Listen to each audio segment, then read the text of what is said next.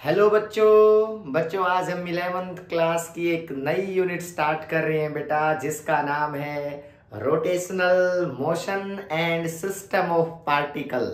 बच्चों last time मैंने जो आप लोगों को टॉपिक करवाया था वो वर्क पावर एनर्जी से रिलेटेड थे। बच्चों आज जो नई यूनिट स्टार्ट हो रही है ना बेटा, वो rotational motion and system of particle समझना, यूनिट नंबर 5 है। इसमें बहुत सारे बच्चे समझते हैं कि यूनिट 11th क्लास की थोड़ी सी डिफिकल्ट है, लेकिन बच्चों मैं जो आप लोगों को लेक्चर वाइज ये यूनिट पढ़ाऊंगा, आप समझना, आप लोगों को समझ में आएगी सारी चीजें और ये बहुत आसान लगेगी, कोई मुश्किल काम नहीं है। क्लियर है ना? तो अपनी कॉपी में एडिंग डालो unit number 5 rotational motion and system of particle. देखो बच्चों, rotational motion and system of particle में क्या क्या चीजें हम लोग पढ़ेंगे। Rotational motion and system of particle, system of particle. एक बात आप लोगों ने समझनी पड़ेगी बेटा कि ये दो टॉपिक हैं। रोटेशनल मोशन किसका? System of particle. एक बात है सिस्टम ऑफ पार्टिकल, जिसमें बहुत सारे पार्टिकल हो। रियल में है क्या?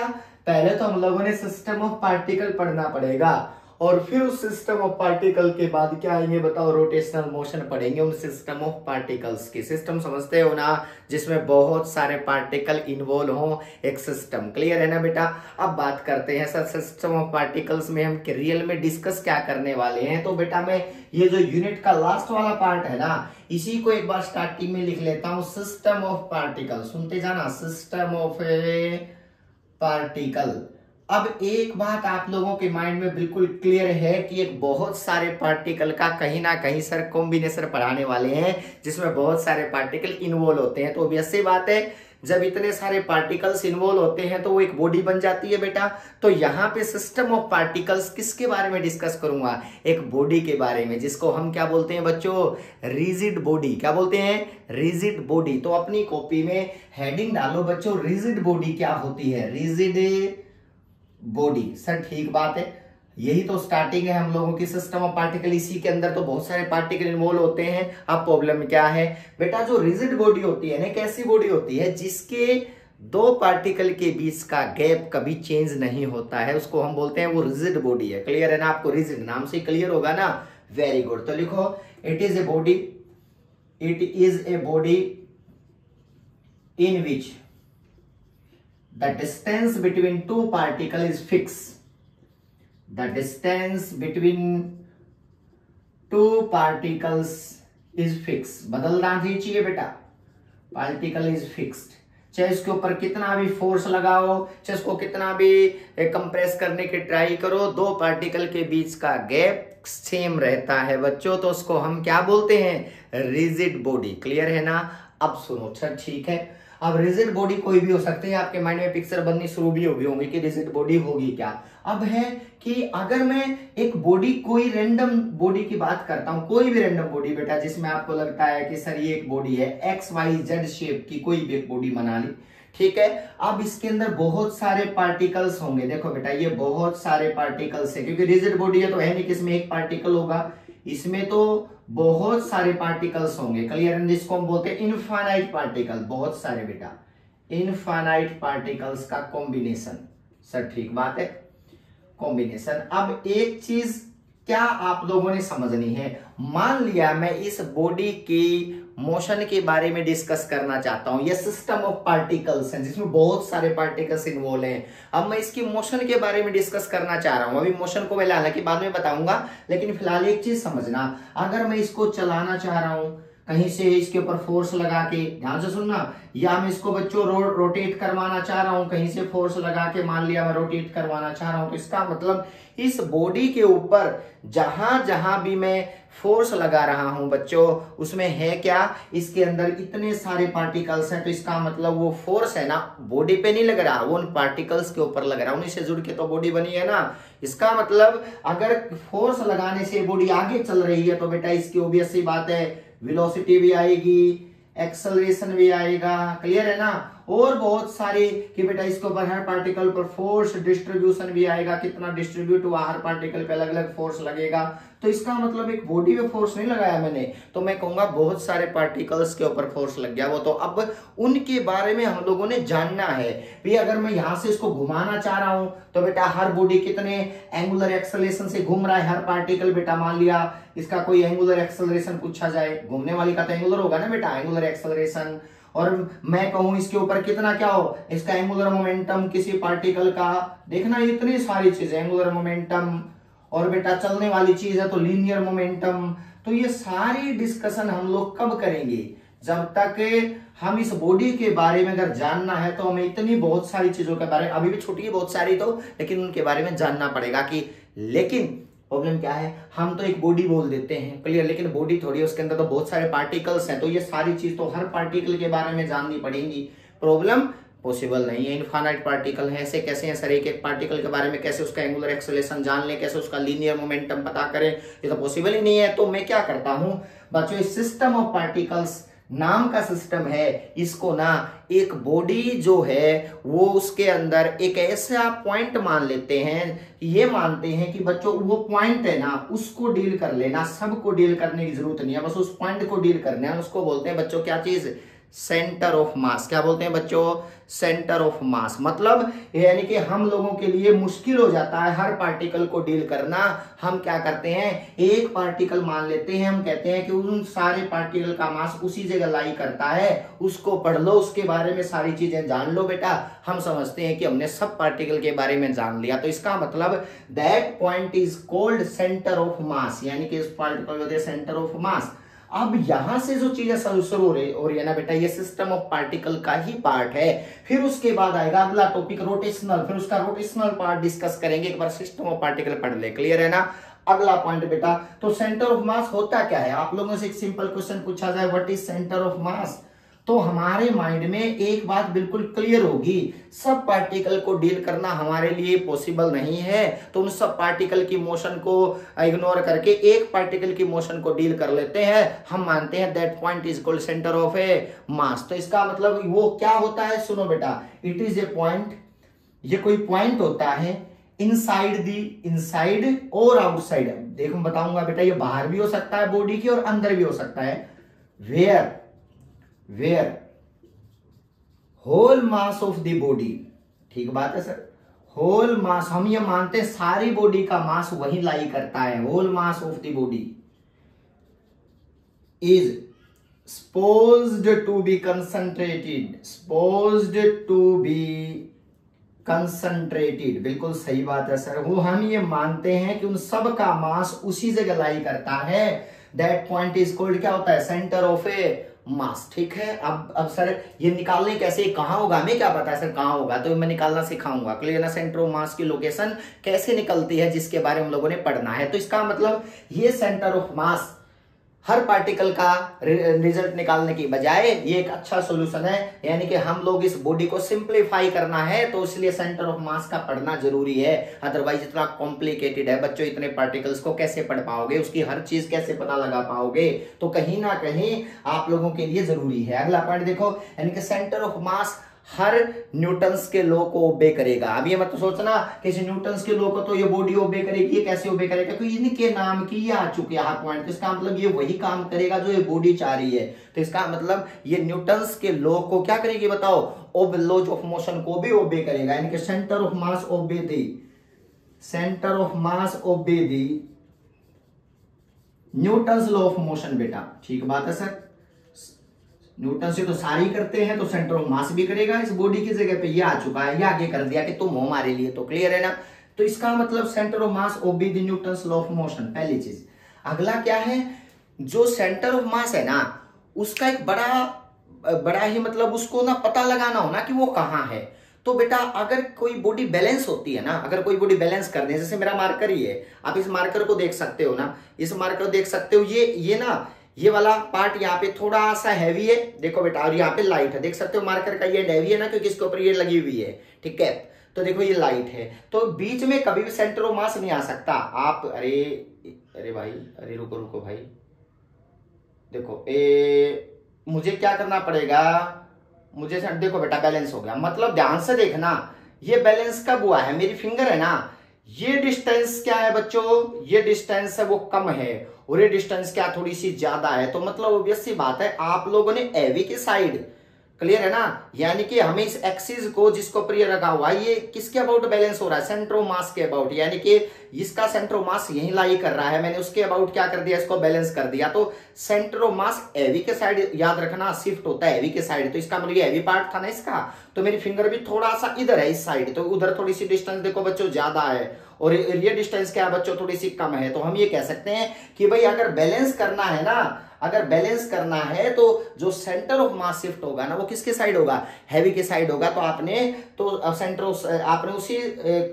के अबाउट क्या करना है, इस चीज को बैलेंस कर पाओगे, तो ये चेक कर सकते हो आप इस चीज को, यानी कि ए बॉडी कैन बैलेंस्ड, लिख लो बेटा बॉडी कैन बैलेंस्ड, अगला पॉइंट क्या समझ में आएगा, अगर कहीं ढूंढना हो ना तुम लोगों ने तो इस तरह से एक्सपेरिमेंट करके भी ढूंढ सकते हो आप, तो क्या होगा, centre of mass is balanced about the body is balanced about the, किसके अबाउट बैलेंस होती है, balanced about the centre of mass, याद रखना बेटा centre of a mass, clear है ना, if no external force is acting on it, अगर उसके ऊपर बाहर से फोर्स नहीं लगाया जाए, अगर बाहर पे लगा दिया तो भी ऐसी बात है बेटा ये वो और जगह बैलेंस करना पड़ेगा हम लोगों ने, अगर वो एक ही बॉडी उसी को बैलेंस करना है तो बाहर से कोई इसके ऊपर एक्सटर्नल फोर्स ना लगा हो तो हम उसको कहां बैलेंस कर सकते हैं, देखो बेटा ये बैलेंस हो गया, अब याद रखना इसमें आप लोग क्या देखोगे, सॉरी ठीक है ना, ये टाइप पे जवाब दे जाता है, चलो यानी कि body is balanced about the centre of mass if no external force acting on the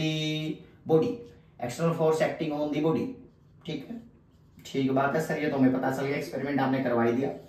अगला पॉइंट है कि बेटा जो ये फर्स्ट पॉइंट सेंटर के बारे में जानना, ये 2 जानना, ये 3, ठीक है ना, तीसरा क्या है, सेंटर ऑफ मास है ना बच्चों, वो क्या करता है, वो आप उसको कहां से मेजर कर रहे हो ये मैटर नहीं करता, यानी कि लोकेशन ऑफ सेंटर ऑफ मास कभी ऑब्जर्वर की लोकेशन पे डिपेंड नहीं करती कि आप मेजर कहां से कर रहे हो, तो एक पॉइंट बन चुका है, ऐसा नहीं है कि भाई ये पॉइंट सर आप मैं यहां से देखूंगा तो ये यहां जाएगा, यहां से देखूंगा तो यहां जाएगा, मतलब मैं कहीं से देखूं सेंटर ऑफ मास अपने मेरे देखने से लोकेशन चेंज नहीं करता, तो इसका सेंटर ऑफ मास क्या होगा बेटा, centre of mass is independent on, किस पे इंडिपेंडेंट होता है, बताओ जल्दी बोलो, इंडिपेंडेंट ऑन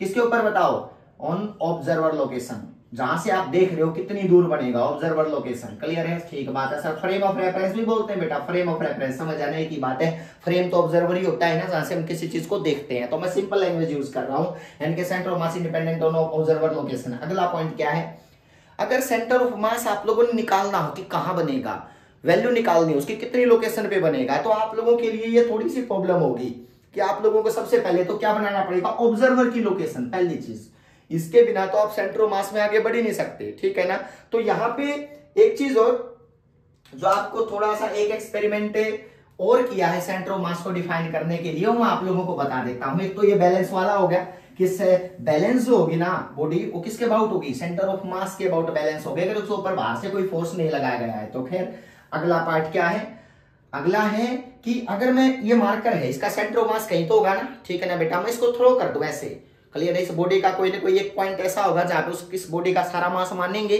उसी को पढ़ना है हम लोगों ने, तो अब मैंने मार्कर पे ऐसे करके फेंक दिया, तो देखना ये पाथ नहीं बनेगा, रैंडम सा बेटा कैसे भी, ध्यान से सुना है, ऐसे बेटा गिर जाएगा, यही तो बनाना। अब ये जो आप जो हेड है ना बेटा, मैंने ये टिप ले लिया है, ये वाला हेड, तो इसका मतलब देखो ये वाला पॉइंट, ये वाला पॉइंट, ये वाला पॉइंट, ये हेड है ना सारे, इस पॉइंट के पाथ को देखो, ध्यान से देखना, ये पाथ है इसका, आप हो गए सर ये तो बड़ा अजीब पाथ बन गया, देखो बेटा ये कोई भी पाथ नहीं है, या ना तो ये सर्कुलर है ना ये पैराबोला है, ये तो अजीब सा ऐसे बन गया कोई भी पाथ, लेकिन इसका एक पॉइंट ऐसा है जिसका पाथ सिमेट्रिक बनेगा, मतलब सिमेट्रिक मतलब जाना पहचाना बनेगा, क्लियर है ना, तो वो कौन सा, देखो बेटा इसका सेंटर ले लो, देखो ये वाला, ध्यान से आप ये कहोगे हाँ सर आपने तो सही कहा, इनको जोड़ो सबको, देखो ये जो सॉलिड लाइन बना रहा हूं वो तो डॉटेड थी बेटा, इनको जोड़ो, ठीक है ना, ध्यान से देखो, देखो ये जो पाथ बना है, देखो बच्चों ये सिमेट्रिक पाथ है, याद रखना है, डॉटेड को लिख लो एसिमेट्रिक पाथ, एसिमेट्रिक पाथ। और बेटा जो सॉलिड लाइन है ना जो बनी है, यह क्या लिखो, symmetric path.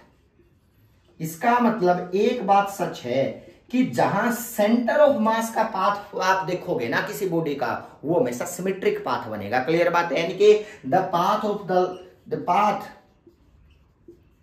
The centre of mass will be symmetric. याद रखना, centre of mass will be symmetric in any motion. याद रखना बेटा, इन एनी मोशन, कोई भी हुआ।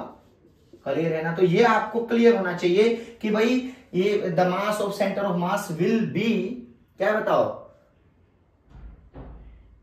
सिमेट्रिक। सिस्टम नहीं बता, सिमेट्रिक। ठीक है, अब सुनो, यानी कि उसका पाथ सिमेट्रिक बना। चेक करो बेटा, सेंटर सिमेट्रिक बना है। तो ये आपको सेंटर ऑफ मास के बारे में जानना जरूरी है। और जो मेन वो ये है ऑब्जर्वर लोकेशन। अगर आप लोगों ने सेंटर ऑफ मास पढ़ना है ना, तो ये ऑब्जर्वर की लोकेशन बनानी जरूरी है कि कहां से। क्लियर है? अब बात करते हैं, सर हमें पढ़ाओ, सेंटर ऑफ मास निकालना सिखाओ, कैसे निकालेंगे बॉडी का। तो दो बॉडी पढ़ेंगे, एक तो है डिस्क्रीट बॉडीज, अलग अलग टुकड़ों में पड़ी बॉडी। क्लियर है ना? अलग, जैसे ये कॉन्टिन्यूअस है तो जुड़ी है सारी, अलग अलग टुकड़ों में पड़ी, ये मास यहाँ, ये मास यहाँ, ये मास, तो उसको क्या बोलेंगे बच्चों? Discrete bodies. तो पहला है how we can find the centre of mass of the discrete bodies. तो लिखो बेटा जल्दी से अपनी कॉपी में, एडिंग डालो सारे बच्चे। How we can find the centre of mass of discrete bodies, पहला है, फिर कॉन्टिन्यूअस करवाऊंगा। ठीक है ना? How we can find the centre of mass of discrete bodies. देखो बेटा, how we can find the centre of mass, COM लिख लो बेटा, centre of mass of a discrete bodies. ठीक बात है सर। सबसे पहले मान लिया, मैं एक एग्जांपल देता हूं। क्या एग्जांपल है? आप एक बात समझना बेटा, देखो मान लिया मेरे पास दो बॉडी है, एक ये बॉडी है, एक ये बॉडी है। इसका मास m1, इसका मास m2। ठीक है, इन दोनों के नाम का कोई नहीं। देखो बेटा, इन दोनों की मोशन को डील करना मेरे लिए मुश्किल है। मैं क्या करूंगा, इन दोनों के नाम का एक ऐसा पॉइंट चूज कर लूंगा, उसकी मोशन पढ़ लूंगा, तो ये मान लूंगा दोनों की पढ़ी गई, तो इसको क्या बोलते हैं? Centre of a mass. तो मैंने ना कोई क्या किया, ध्यान से सुनना, मैंने क्या किया, एक ऑब्जर्वर बिठाया। सबसे पहले देखो बेटा, एक ऑब्जर्वर बनाया। ऑब्जर्वर के बिना पॉसिबल नहीं। ऑब्जर्वर मतलब जहां से एक्स एक्सिस भी पास होती है बच्चों, और वहीं से वाई एक्सिस भी पास होती है। तो मैं यहां बैठ गया बेटा, याद सुना, इसको 0 0 बोल दो। जहां ऑब्जर्वर बैठेगा उसको बोलेंगे ओरिजिन है वो 0 0, वहां से बताना है कि उसका सेंटर ऑफ मास इन दोनों के नाम का कहां लेना है। क्लियर है? अब सुनो, मान लिया बेटा ये पहला मास m1 है, ये मेरे से ये लोकेशन पे है, मेरे से बेटा, और ये कितने, मेरे से ये लोकेशन पे, ध्यान से सुनना, ये लोकेशन पे है। ये लोकेशन मान ली बच्चों R1, और ये लोकेशन कितनी मान ली R2। इनको पोजीशन वेक्टर बोलते हैं, याद होगा ना, इनको पोजीशन वेक्टर बोलते हैं वेक्टर में। तो मतलब ऑब्जर्वर से डिस्टेंस कितनी है, ये पहला R1 पे है, दूसरा कितना है, R2 पे है। ठीक है, मान लिया इन दोनों का सेंटर ऑफ मास, मान लिया बेटा वो यहां बन गया। याद रखना, भी करवाऊंगा आपको कि सर यहां यही क्यों दिया, आप लोगों को बाद में बताऊंगा। कोई लोकेशन एज्यूम कर लो बेटा, मान लिया सेंटर ऑफ मास इन दोनों के नाम का यहां आ गया, इन दोनों के बीच में बनता है। बीच में याद रखना, सेंटर ऑफ मास कहां बनता है, अगर दो बॉडी है तो उनके बीच में बनेगा। ठीक है, जैसे मैं तुम्हें आप लोगों को एक एग्जांपल समझा दूं, थोड़ा सा आप लोगों के लिए इजी हो जाएगा, थोड़ा सा डील करना, लेकिन प्रूव भी करवा दूंगा। जैसे ना यहां एक मास रखे हैं m और ये m और बेटा ये m, यहाँ पे मासेज रख दिए, ध्यान से ना। तो याद रखना इन सब का सेंटर ऑफ मास सेंटर पे आएगा। क्यों? क्योंकि देखो इस मास और इस मास ने बैलेंस करके यहां बना दिया, इसने बैलेंस करके यहां बना दिया, तो इसका मतलब दोनों का सेंटर ऑफ मास बिल्कुल सेंटर पे आएगा। जैसे मैंने ये 2m वाला हटा दिया, इसको हटा दो, रिमूव कर दो, तो बेटा सेंटर ऑफ मास पता है किधर जाएगा, इसकी साइड शिफ्ट हो जाएगा, यहां आ जाएगा, मतलब एबी की साइड। याद रखना, अभी एबी का प्रूव भी करवाऊंगा, याद रखना इस साइड आ जाएगा, एबी की साइड, क्योंकि अब यहाँ पे पोर्शन लाइट हो चुका है, इसके मास के हटने के बाद तो यहाँ पे शिफ्ट हो गया। तो ये लाइन भी लिखनी पड़ेगी कि सेंटर ऑफ मास है ना, अभी प्रूव करवा दूंगा, सेंटर ऑफ मास हमेशा, centre of a mass lie shift towards the heavy of body बेटा, shift towards the heavy body, जहां ज्यादा पार्ट गया मास का, towards the heavy body shift हो जाता है।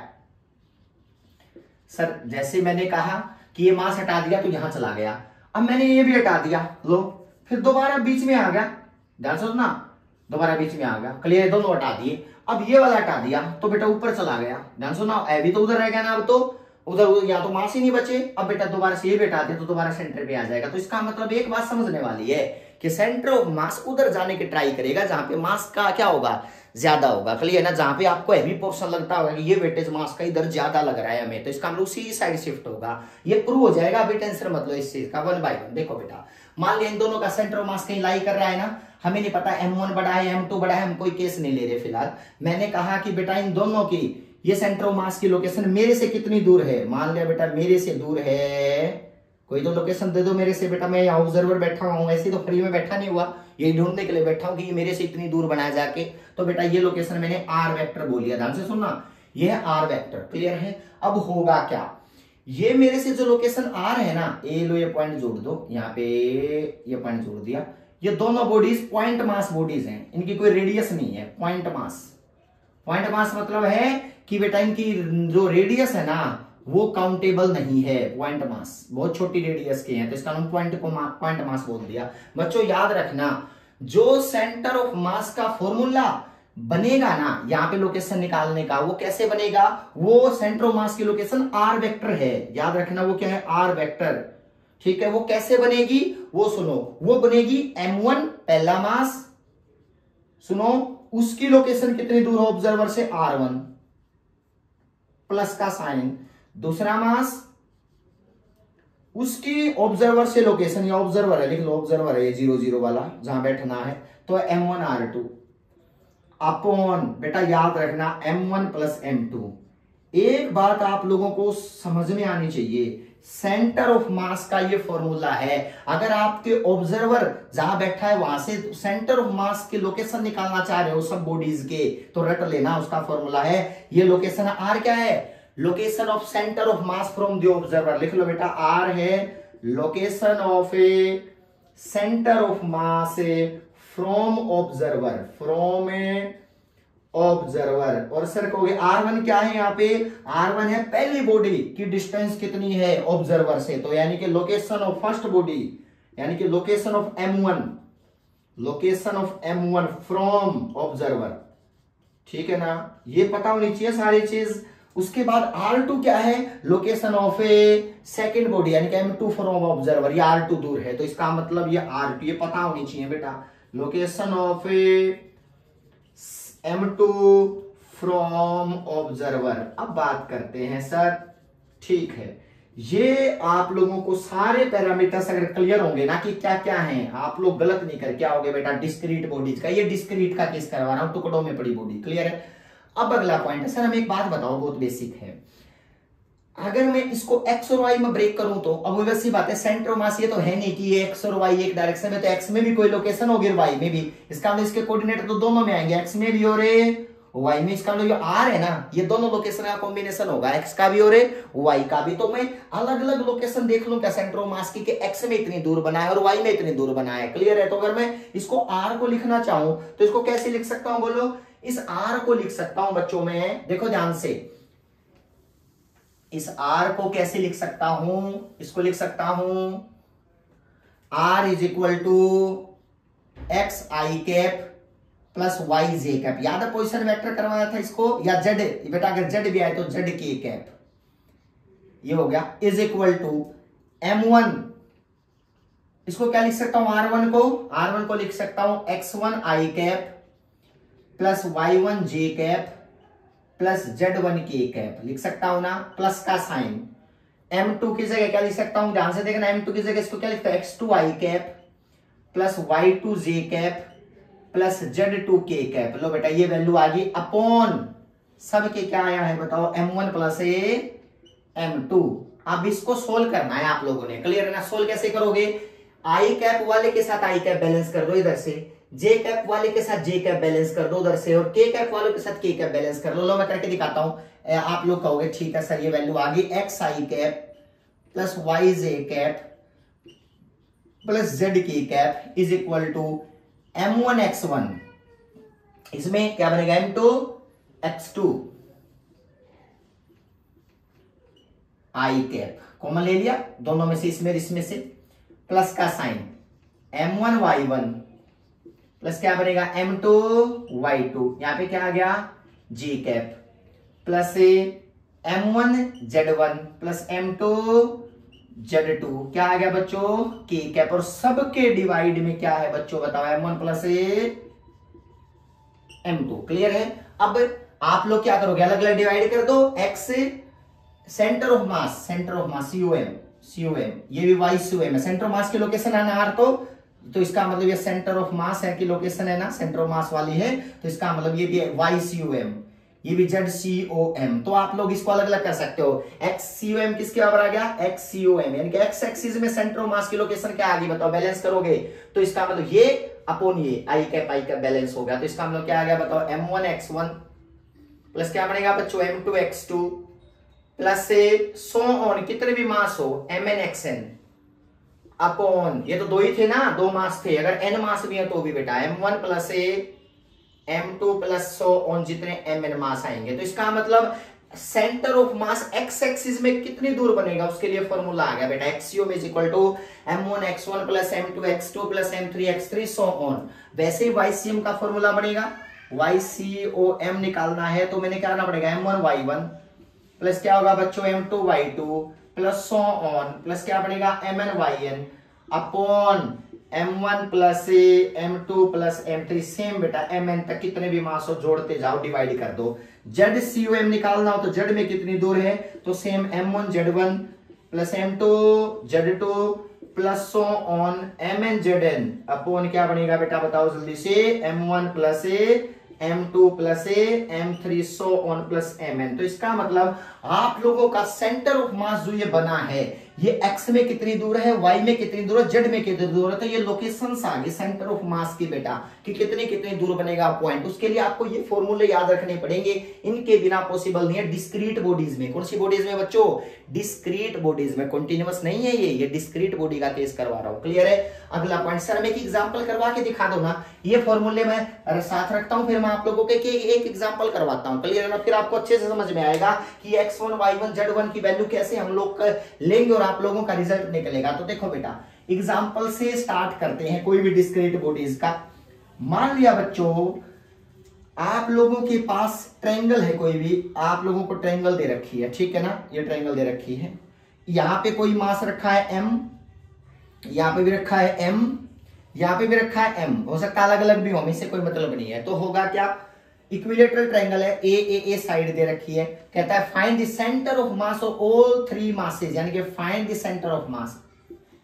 ठीक है, अब आपको फॉर्मूले पता होनी चाहिए, axiom YCM जेडसीएम, find the centre of मास। सबसे पहला काम क्या है, आप लोगों को क्या बनाया था, ऑब्जर्वर। ऑब्जर्वर तो बनाओ, कहां बनाओगे, ऑब्जर्वर कहां बनाओगे, कोई एक मास पे बना लो। ये मान लिया मैं ये ऑब्जर्वर बनाता हूं, तो अगर ऑब्जर्वर जहां बनाओगे, मैंने क्या कहा था बच्चों, उसी पे एक एक्सिस बना देना, और वो 0 0 होता है।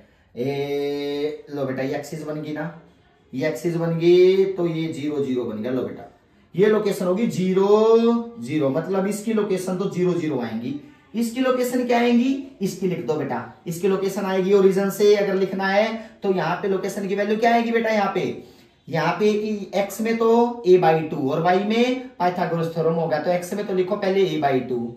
क्लियर है ना, और y में कितना होगा, ये डिस्टेंस पाइथागोरस थ्योरम से निकाल दो बेटा। तो ये डिस्टेंस कैसे निकालते हो, हाइपोटेन्यूज का स्क्वायर माइनस बी स्क्वायर, तो a स्क्वायर माइनस क्या होगी, a स्क्वायर बाई 4, a/2 होगा ना यहाँ पे, तो इसका मतलब आगे √3a/2, तो ये लोकेशन कितनी आगे √3a/2, तो y में कितना होगा √3a/2। सुनने जाना, अब इसकी लिख दो लोकेशन, x में तो है ये a, y में कितना 0, ये तो x एक्सिस पे आ गया ना बेटा, तो इसका मतलब y में 0। तो आपको करना क्या है, ये फॉर्मूले, पहले तो एक्सियोम कि इन सब का सेंटर ऑफ मास तीनों का x में कितनी दूर बनेगा, तो XCOM निकालना है। देखो XCOM M1X1, पहले M1 कोई भी मानो बेटा, ये मान लिया इसका x1 0 है, तो क्लियर है, तो इसका मतलब x 0 है ना, इसका मतलब m इंटू 0 प्लस का साइन, M2 इसको मानो, मर्जी कोई भी मान सकते हो, प्लस में इसका क्या बढ़ेगा a/2 प्लस ये आ गया m इंटू में ये कितना, इसका a है अपॉन तीनों मास, सारे मास जोड़ दो नीचे बेटा, तो सारे मास जोड़ोगे तो m और m कितना बढ़ेगा 3m।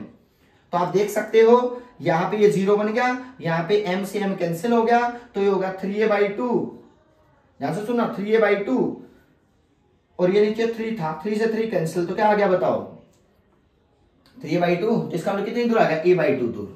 देखना बेटा, इसका मतलब XCOM की वैल्यू कितनी आ गई, XCOM की वैल्यू आ गई बेटा a/2। अब YCUM देखो, ठीक है, यहाँ पे कोई मतलब z का कोऑर्डिनेट तो है ही नहीं, तो इसको लिखने की जरूरत नहीं, सिर्फ अगला लिखो बेटा YCUM कैसे निकालोगे, ध्यान से देखना, YCOM कैसे निकालोगे। यहाँ पे मैं रब कर रहा हूं, आराम से साथ साथ नोट करते चलना लोकेशंस।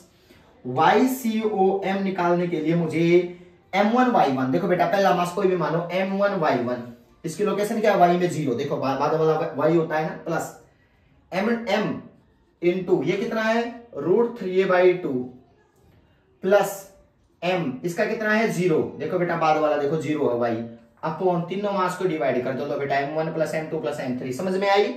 YCOM कितना आ गया, YCOM ये 0, ठीक है ना, MCM कैंसिल, √3a/2 इंटू 3 यानी कि a/2√3, देख सकते हो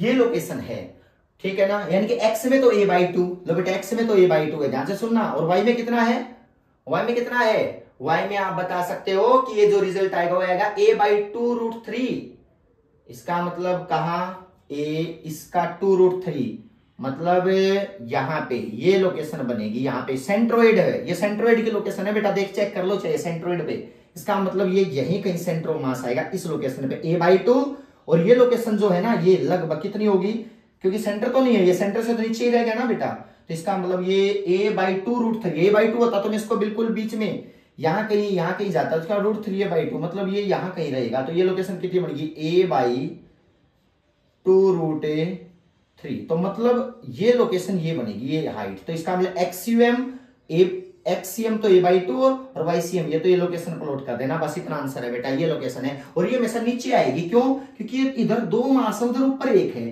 तो सेंट्रो मास हैवी के साइड शिफ्ट होगा तो नीचे आएगा, तो इसका मतलब इन दोनों का सेंट्रो मास अगर ये हाइट वाइज देखा जाए ना, ऊपर ज्यादा हाइट मिलेगी, नीचे क्या मिलेगी कम, तो मतलब नीचे की साइड शिफ्ट हुआ है, लिखवा रखिए ना बेटा, तो आप लोग निकाल के देख लेना ये लोकेशन कैसे निकालते हैं, लेकिन हाँ आप आराम से कर सकते हो, जितनी भी डिस्क्रीट बॉडीज हैं उस फॉर्मूले तो ये यूज होने हैं सारे के सारे, क्लियर है ना। अब जैसे मैं तुम लोगों को स्क्वायर का बना के दिखा दूं, वैसे बहुत सारे आप आराम से कर सकते हो, इसमें कोई टाइम वेस्ट करने की ज्यादा जरूरत नहीं है, आप जिसने 9th 10th अच्छे से कर रखी है वो 1 मिनट में बता देगा। जैसे मैंने कहा एक स्क्वायर है बच्चों, एक नेक्स्ट एग्जांपल सुनो, ठीक है, इसका खुद बताओगे, एक यहां मास है m, यहां है 2m, यहां है m और यहां पे 2m, खुद आप एक जगह बैठो ऑब्जर्वर, तो मान लिया मैं इसको 0 0 मान लो, ऑब्जर्वर है तो इसको मान के एक तो y एक्सिस बना दो, लो बेटा ये होगी y और ये होगी x, तो ध्यान से देखना ये x होगी, क्लियर है ना। अब जब ये x होगी तो क्या हुआ, आप ये बात बताओ मुझे, अगर ये x लोकेशन ली है तो बेटा इनके कोऑर्डिनेट क्या बनेंगे, साइड स्क्वायर है a मान लिया,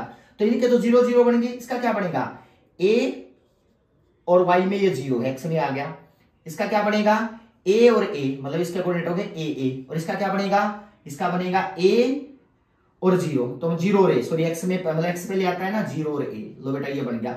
अब आपको बस वही करना है XCM XCOM, x एक्सिस में कितनी दूर बढ़ेगा सेंटर ऑफ मास, तो M1 X1, कोई M1 m into 0 plus, sir कोई मान ले, हाँ कोई भी m into 0 plus 2m into a plus 2m into a upon सारे मासेस को जोड़ो, m 4m और 2 6m, दो बेटा ये आ गया, मतलब आप ये तो 0 बन गए, 2m में 4m में यानी कि 4m में अपॉन 6m, खुद देखना m से m कैंसिल, 2/3 है, मतलब x एक्सिस में ये लोकेशन आएगी इस ऑब्जर्वर से सेंटर मास की, यहां से क्लियर, अभी प्लॉट कर देंगे। YCOM क्या आएगा, YCOM नोट करो, YCOM कैसे निकालेंगे, YCOM के लिए YCOM आपने क्या करना पड़ेगा, YCOM के लिए M1 इंटू, देखो बेटा इसका तो 0 है ना, y भी 0 है, प्लस का साइन, इसका y a है तो मतलब m में, प्लस इसका y भी a है तो 2m में, मास इंटू a, ठीक है ना, देखो m1 मास मल्टीप्लाई हो रही है ना उनके साथ, 2m इंटू इसकी 0 बेटा, तो 2m इंटू 0 अपॉन 6m, तो YCOM किसके बराबर आ गया, YCOM आ गया यहाँ 0, यानी कि आ गया बेटा 3m में अपॉन 6m, m से m कैंसिल, तो आपका आएगा a/2, देखो बेटा यानी कि ये y में तो a/2, y में तो कितना a/2 और x में कितना 2a/3, तो a का 2a/3 तो कहां होगा, आधे से आगे यही होगा ना, यानी कि ये डिस्टेंस कितनी होगी 2a/3, यानी कि a का 2/3 हिस्सा, तो सेंटर से तो आगे चला गया ना, तो यहां, और y में a/2, तो y में आधा बेटा इसका, तो मतलब यहां से आधा बनेगा ना, तो इसका मतलब ये लोकेशन आ गई। देखो बेटा, तो ये लोकेशन किसकी है, सेंटर ऑफ मास की। लोकेशन लिखनी हो तो लिख देना पहले 2a/3 x में, और y में कितनी a/2, तो ये लोकेशन, ये सेंटर ऑफ मास की लोकेशन बन गई। लो बेटा देखो खुद चेक करो, उधर 2m थे ना, तो सेंटर पे नहीं आया, उधर शिफ्ट हो गया, बी की साइड, इधर 2m वाला पोर्शन था तो उधर चला गया, इधर लाइट है, m और m देखो, दो 2m उधर 4m का वेटेज गया है, तो इसका मतलब सेंटर ऑफ मास किधर शिफ्ट होता है, जो हैवी होती है उसके साइड शिफ्ट होता है। तो इसका मतलब जितने भी डिस्क्रीट बॉडीज हैं, आप लोग पहले तो क्या करोगे, लोकेशंस बनाओगे, फिर उसके बाद उनके कोऑर्डिनेट्स लिख दोगे, और उसके बाद क्या करोगे, ये फॉर्मूले जो मैंने बनाए हैं XYZ वाले, इनको याद रखोगे और इंप्लीमेंट कर दोगे, एक लोकेशन बना दोगे। तो ये कुछ चीजें मैंने सेंटर ऑफ मास के रिगार्डिंग बतानी थी डिस्क्रीट बॉडीज में। अगले लेक्चर में इसी से जुड़ा एक नया कंसेप्ट लेके आएंगे बच्चों, और आप सब्सक्राइब जरूर कर दो, ठीक है ना, मुझे मोटिवेशन मिलता है। अगर सब्सक्राइब नहीं करोगे ना तो मुझे ऐसा लगेगा कि आप लोग देख नहीं रहे हो, ठीक है ना। थैंक यू सो मच बच्चों, ओके।